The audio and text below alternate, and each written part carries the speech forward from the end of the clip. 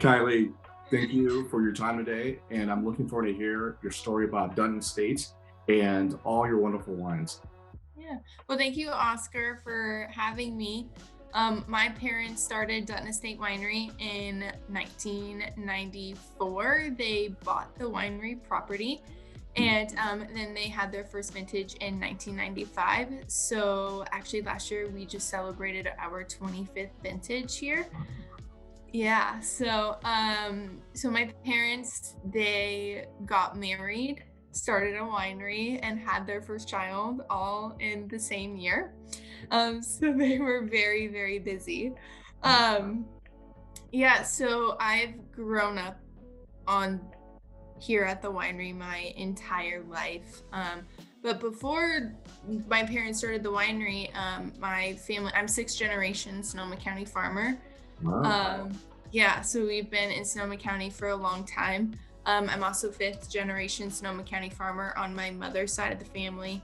So we have longstanding roots here in Sonoma County. And my grandfather moved out to the western part of the Russian River Valley in 1964. And he started with a block of French Colombard grapes. And then in 1969, he planted his first Chardonnay grapes in the western part of the Russian River Valley. And so kind of Chardonnay was his first, vineyard that he started from the ground up. And actually, one of the wines that we will be tasting is from that 50-year-old Chardonnay vineyard. So your whole family, your sisters, I mean, how many siblings do you have? I have two sisters. I have an older sister, Kendall, and then I also have a younger sister named Carmen. We will be tasting the wine that's named after me and my younger sister, Carmen, today. Okay. I also have two cousins on my father's side as well. And my dad and my uncle, they run the day-to-day operations of Dutton Ranch every day, which is where we source our fruit from. So we're all estate grown, which means that we have 100% control of everything that we do here at the winery, which is very unique about us. So yeah, and then I started working in the business about next month will be 3 years. I graduated from the University of Arizona in 2018, and I was not sure where I was going to fit in the family business. So I talked with our consulting winemaker, Bobby, and he was like, why don't we start out with the cellar internship? You kind of, hang out in the tasting room all summer long, see if you want to do that. And then in the fall, we'll move out to the cellar, do a winemaking internship. And I absolutely loved it. And I loved working with Bobby and being mentored by Bobby. So I decided to continue with that path. And so I started doing the UC Davis program for winemaking. So I'm in the middle of that right now. I should be finished by the end of this year. And so I will have a certificate in winemaking. And then a year ago, I went to New Zealand and did a winemaking internship. So yeah, that's been fun. And so yeah, winemaking is my passion, and that's where I love it. So I So want to continue with it. what was your major in Arizona? I did agriculture economics. I knew I wanted to come back here and work for the family business. So I just thought agriculture economics was a great, just kind of broad overall spectrum. So I could just kind of go wherever I wanted to after. And then I decided that winemaking was where I wanted to be. So That was so good. Like your family actually made you apply for it, work all the, do the internship and so forth. So that was really neat. Could have gotten yeah, the yeah, deferred treatment, but no, it made you do all the work, which I think that's great because obviously you grew up in the ranch, you're there, and you get to really see how everything works. But now you're more in depth now of mhm. how everything really pans out every day, right? Yeah. It's, you know, I grew up on the ranch and just like to see, how much viticulture has evolved over my 25 years. And then, I didn't have an understanding of winemaking until I really started getting into winemaking. And it's like really cool now to kind of see, from the beginning and seeing the fruit to the very end when it's bottled. And I love that, and I take a ton of pride in it. I feel really good when I see the wines being bottled, and like I had a part in that, and it's great. I love it. Photographed several harvests already, and that's really awesome. I mean, there's a lot of stress, right? Because everyone's on this time, and make sure when you're doing it at night, everything's perfect. The picking, grapes are not being damaged. So Yeah. I actually thought, like in the movies, it's always like fun. People are like, oh, dancing, they're all great. And I'm like, it's not like Yeah. that, man. Those guys are out there just working. And do you guys hand pick or you guys actually use machines? We do everything is hand harvested. We will do some machine picks. It really depends on if the winery has requested a machine to pick their fruit for us, because what we do is we're mainly growers. So Okay.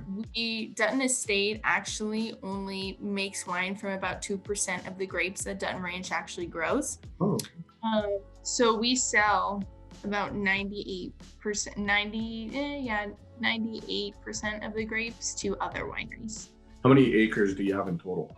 We have about 1,200 acres of wine grapes, and we still have about 250 acres of apples. Wow. So that's pretty impressive. Yeah, and we acres. do make a hard apple cider too with the Gravensteins and the Golden Delicious. It's a blend, Uh-huh. because the Gravenstein apple is a staple out here in Sebastopol. We're a small boutique winery. We're in that category. So we make about 3,500 to 5,000 cases. Depending on the year. So we are a very small winery, but Dutton Ranch is definitely a bigger operation for sure. Wow. Well, that's so cool that you guys get to balance that out, right? And you guys actually you get to like cherry pick your grapes and say this is what's going to be for these vintages. I mean, with 1,200 acres, and you're really keeping about 2% of that. That's pretty Yeah. cool. Yeah. So we definitely we have a great variety of vineyards and locations where we can choose from. And a lot of the vineyards are actually like very special to my family that we make wines from. So that's also kind of a driving factor of the vineyards that we choose here to make wines from, because they hold a special place in my family's heart for sure. Definitely. So, are your other siblings also involved, or in the day to day like you? My older sister used to be here. She used to work at the winery. She was doing direct to consumer sales. She has a huge passion for horses, has always loved horses. So she is now an equine vet tech. Oh, wow. Um, yeah. So she had a career change, and yeah, she's always loved horses. She's like my grandfather in so many ways. They both loved horses. And my younger sister is at the University of Arizona right now, and she will be majoring in accounting. So she definitely wants to do something, in the accounting world. So she wants to eventually come back here, but she definitely wants to get some experience other places for a while. Well, that's good. Yeah. Good. I like that your family they eventually circle the wagon, right? They're gonna come. They usually come back to it. But Yeah. with so much pride in what you guys do, and as farmers, and also as making wine. So such a great region. You guys got unbelievable water up there, great soil. I mean, Yeah. you name it, you got it, right? So you got Yeah. to come out with some great product and describe your 2018. Your Carmen is Carmen Isabella. That's what it is. Yeah. So that is named after my little sister. My parents decided to name a Pinot Noir after her because she is such an old soul. So she's wise beyond her years. Like a Pinot Noir only gets better with age, and so does my little sister. I think that's what happens when you have two older siblings. You just can learn from their mistakes, and Right. she's just an old soul. But yeah, I mean this Pinot Noir is one of my favorites. It is a blend of three different vineyards. Our Manzana vineyard, our Thomas Road vineyard, and our Green Valley Road vineyard. Mhm. Um, and we make single vineyard Pinots from our Manzana and our Thomas Road as well. But with the Carmen Isabella, I think that this wine has all of our favorite characteristics of those three vineyards blended into it. So it's earthy. There's blackberry fruits. Um, there's red raspberry. Um, it's just an all around just great Pinot. It's light. It's charming. I think this is a wine that I feel that everybody will find something that they like in it for sure. So yeah, I love the beautiful colors on it. The tannins are beautiful. Yeah. It's actually it's not too light, and I like that because I'm like a little bit more bolder. Yeah, we're so blessed out here, being in a cooler climate. We have higher acids, which make for amazing color. So our Pinot Noirs naturally extract a lot of color due to the cooler climate, higher acid. We get amazing color from our Pinot Noir out here. And the Carmen Isabella is also a blend of two clones. It's a blend of Dijon 115 for elegance and spice notes and bright flavors, and then 828, which is Dijon 828. It has smaller clusters but it has a lot of darker color, and with the smaller clusters, we get a lot more structure from that. Is this one of your go-to wines that you drink? For reds, yes, I would say that the Carmen Isabella is one of my go-tos. For wines that I drink, my family, we're really big Sauvignon Blanc people. We Okay. love our Sauvignon Blanc, but I love all of our wines, honestly. But for reds, the Carmen is definitely one of my go-tos. Very nice. And then the other one is La Familia. Yes. So the La Familia is from my mother's side of the family. It's their vineyard. We named it La Familia because my great grandmother, she is 100% Spanish, so her family immigrated from Spain. So we just thought it was a nice tribute to our Spanish side. And so this Pinot Noir is actually a Pommard clone Pinot Noir. So it's got nice, like, fragrant of red raspberry and cherry fruit and spiced black cherry. And also this vineyard used to be a raspberry field. So I definitely pick up a lot of raspberry with this wine for sure. Yes. So tell me, on your Chardonnay now, tell me about this one? Yes. Okay. So this is our Warren's Collection Chardonnay. So this is named after my grandfather, Warren. And we, of course, named him, we gave him a Chardonnay because his first vineyard that he ever planted was a Chardonnay vineyard. And this wine is actually made from that vineyard that he did plant. So there is some of the 50-year-old vines in here. We do 50% concrete egg, 50% barrel fermentation and aging with this wine. We do the egg just to keep a lot of the brightness and the fruit characteristics of the old vines.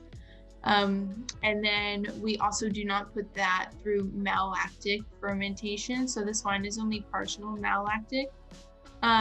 This wine has so much minerality. There's a lot of peach, there's lemon zest, soft oak, but this wine it's very creamy and it has a rich palate. So this wine also ages very well. Let's see, one of my first years here, we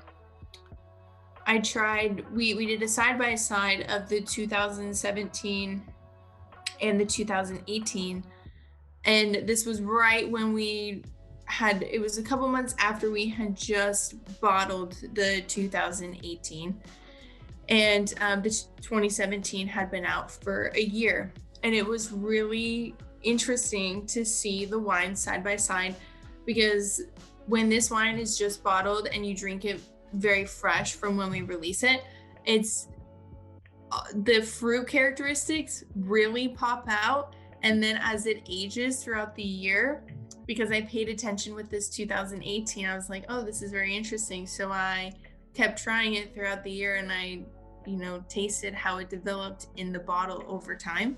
And it just gets so much richer and creamier in the bottle. It's different. We make 3 Chardonnays. All of them are so different from each other. This one is for the fans of Chardonnay. They don't like the super oaky, buttery, rich Chardonnays. Like, this one is geared for them, because we do the concrete egg. It has minerality. It's light oak, so that is very geared towards them. And then our Kendall's Reserve is just a mix of everything. There's some stainless steel, there's some concrete egg, there's some French oak barrel as well. And then with our Dutton Palm Chardonnay, that is our California style Chardonnay. So big oak, really rich, but still, where we are, our Dutton Palms is still very fruit forward, and it's just got this nice like butter oak finish at the end. It's beautiful. But I like that this is for the people that don't want to have all that in it. This is perfect. Yeah. And this has some of those 50-year-old wines you said in this? Yes, it does. It is great. Beautiful color. The minerals on it has a really nice aromatic as well. So, and normally, what other wines do you drink outside your family's realm of wine? I am recently told myself that I need to get out there a little bit more and try other wines. I have house palate, and so I'm starting to get out there, going tasting at other wineries to try other wines, and kind of get a sense for their winemaking. And because being a winemaker, I'm also interested in like how they make their wines. Right. I recently started trying some Zins and some Cabs, so I'm branching out from Chardonnay Pinot Noir. Baby steps though. Yeah. You have such great places around your area, right? So yeah. And I always, because most of the other winemakers I speak to, they're like, they'll support within their own region. They're like, we'll keep it Sonoma. They're always having some really good wines from Sonoma, but hardly they ever start going to the other vineyards around them. I'm like, you guys are so close. Like, you just try everything possible out there, right? Yeah. That's good. I love Zins. Zins are great. Like Paso Robles Zins are just great. Those were one of my favorites out there. Yeah. In cabs, who doesn't like a really good cab? But how do you guys think you guys are ever going to move into something like that to compete in that space of cabs? No, only because cabs, you can find cab when you go up like towards Dry Creek Valley, Alexander Valley. We farm really close to our home base there, and we're in the Green Valley, which is the sub appellation in Russian, which is a sub appellation in Russian River Valley. So we do farm very, very close to our home base there. So I don't know if we would ever get into cabs, but maybe one day. Dutton Ranch would definitely have to be a grower of Cabernet for us to be able to make it, because we are a state. So that's true. I was just thinking, now that you're branching out, you could change things. Yeah, I could. You're gonna be able to do that. And how did the fires impact you guys in any way possible? Yes, we were impacted with some smoke, but we have a huge research project going on here at the winery. We are researching it. We're doing our own research. We're trying filtration. Um, Dutton Estate will be making our white wines were fine. The smoke did not affect Chardonnay or Sauvignon Blanc. It did affect Pinot Noir a little bit, only because the skins are very thin and it's a delicate berry. So the smoke was able to get into the chemistry of the berry as it was developing there, because the fire started right when the grapes were reaching their maturity peak. Okay. So we are researching. We are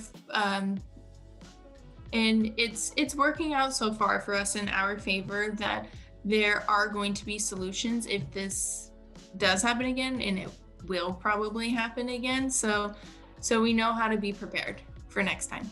That's good. And Yeah. is most of your farming and all your grapes, is it like all sustainable, or is it more, or do you guys actually have some organic parcels? We are 100%, well, I shouldn't say 100%. We are a sustainable, most of our vineyards are sustainable. So we do have sustainable farming practices. And that is why you can see on, let me get this one's better. On our label there, See we that? do have Sonoma County Sustainable there on our labels, to let you know that we do farm sustainably. That's very cool. Yeah. And it's a big thing now. Everyone's really looking at the labels, reading, seeing how. But obviously, you guys have so many years and years of farming, so you guys are obviously doing something right, because you guys keep producing great wines, right? So Yeah. people, and you're such in a great place now. Is women in wine are emerging, right? Yeah, for sure. I'm seeing more women out there, and I love it. So That is awesome. I think that it's a big thing, big movement, and I think it's great because you do see them. It's grown, and more than anything, even in your family, you guys have been in the farming business and vineyard business forever. But you taking the lead and being part of that and being the face, it's great, because that's how it all starts, right? So yeah, yeah. Well, yeah, and it's great too, because in 50 years of growing wine grapes, no one in my family has taken up winemaking. So I'm the first one to actually take on winemaking and become a winemaker. So I'll be the first in my family to do that. So after 50 years of grape growing, we will finally have a winemaker. finally, So your wines are all, I've seen they're all good awarded wines, right? They're all over 92 points. yeah,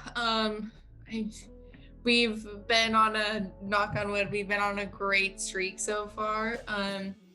Since I've started working, we've definitely had this transition into our wines have been scored over 90 points in the past few years that I've been working here. So it's been great, and it's really rewarding to see those scores come through, because I know I'm in the right place. And my mentor Bobby, and our consulting winemaker Bobby Donnell, he's a great winemaker, and he's a great person to be mentored by, and I just really enjoy working with him. So Are you guys in any retailers or restaurants, or is it just a direct to consumer? most of our wines are direct to consumer, but you can find, we call it our sisters collection.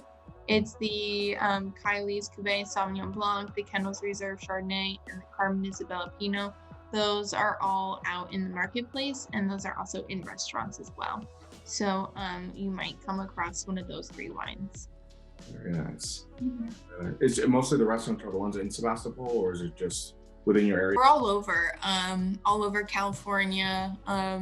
We've got some places in San Diego, Los Angeles that we're in, Monterey, locally, and in Arizona as well. We're in Arizona too.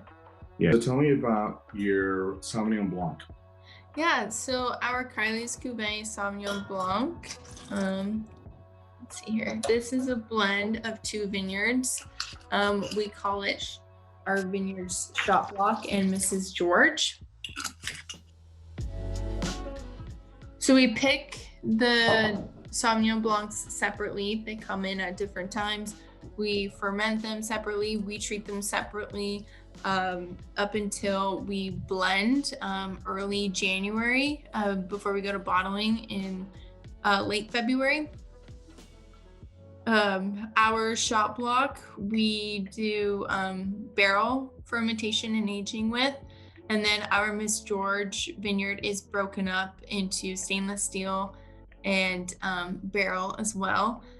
We leave Mrs. George in stainless steel because of they're both the Muscat clone, but Mrs. George vineyard gives off a lot more tropical nuances. So we leave that one in stainless steel to help enhance that. I pick up a lot of the grapefruit and the melon. Yeah. Lime, like kind of lemon lime. Mm-hmm. I'm very sensitive to acid, so I'm very, very picky about my Sauvignon Blanc. I like to make sure that it's well balanced with the acidity. Yeah, that's perfect. I was like, wow. Yeah. And this one is named after me because when I was young, I took an interest in wine at a very early age. My parents were very open. I would say, oh, like, can I smell it? And they would say, like, yes, of course. And they would say, what can you smell? And so I remember smelling the Sauvignon Blanc for the first time, and I was like, oh my gosh, this smells like kiwis and pineapples and all my favorite fruits. And so when I was a kid and my mom would bring me to work with her, I would sit with the tasting room staff behind the bar, and I would get a stool and I would go up there with them. And as they were pouring wine, I would sit there and just swirl and smell the glass of Sauvignon Blanc. And I just loved it so much. It just hit over 90 points, I believe, in our 2019 vintage. Was the first vintage that we got over 90 points. We were kind of sitting at like 89, 90 points for a year or two, and we finally, I think, found a recipe. It was the critique that we got back was that it was too lemongrassy. Okay. And so I think we finally found a recipe that brings out more of the tropical nuances. So. And normally, what is your recommendation for pairing your Sauvignon Blanc? Well, my favorite food happens to go with my wine, and that is scallops. I am a huge fan of scallops, and I love pairing scallops with this wine. Also shrimp, like a Thai kind of style shrimp, is really good with this wine as well. You can definitely put some spice with this wine, just like a little bit of some spiciness with like some Thai food or something with it. It's really, really good. I'm like picturing eating some ceviche with this. Yes. With the shrimp, if we get a little bit of shrimp, some cod, and just lightly a little bit of peppers on it, and it would be great with it. Yeah. It would complement really well. Yeah, that sounds amazing. Yeah, we one of the restaurants in Sebastopol, Sushi Tozai is what it's called. They carry this Sauvignon Blanc, and one of our favorite things to do is to go down there and we order their prawns martini. It's got this little spice to it. It's sweet though. It's kind of like sweet and spicy. And we order a bottle of Sauvignon Blanc, and that is our Friday night dinner sometimes. Kylie, thank you for your time today. All your wines are amazing. I loved them all. And I really appreciate you sharing your story of your family. I love that, from the farming generations that you guys come into the vineyards so many years, and how you guys are really making an impact in that area, right? So you guys have been there a long time, and you guys are sustainable, and you guys are obviously have a very nice following of your wine members that just keep buying your product. It's that good, and congratulations on you, becoming a winemaker and going to school and being the first one in the family. Yeah, Well, thank you. Thank you so much for your time and for talking with me. This has been great. So thanks again.